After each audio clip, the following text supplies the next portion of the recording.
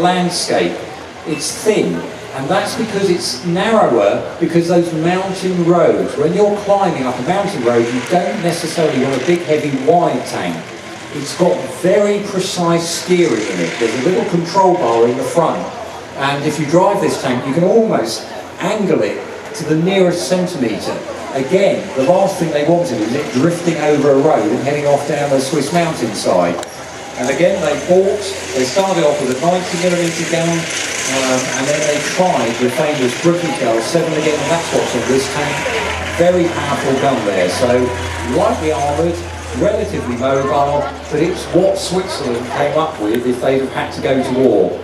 And built between 65 and 67, and then put into reserve. Swiss Army mainly, of course, reservists who would come forward in time of war. That's when they would crew the vehicles.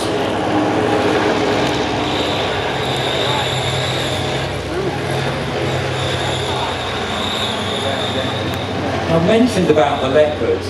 Why the Leopard became so popular was, first of all, it was really well thought out, good reliability, 10 years of development. Ferdinand Porsche was actually part of the original design team, so we think of Porsche as the Volkswagen, but in his entire career he had a lot of dealings with the military.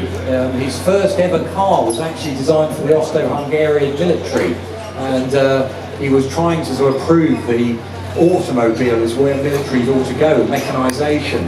So he was involved in the design of the standard Panzer, and what we're looking at here is a Leopard 1 that's been upgraded. When it first came out, it just had a cast metal turret.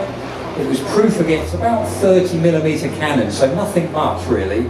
And as the Leopard went into production and goes through its different modifications, its different upgrades, they added armour to it.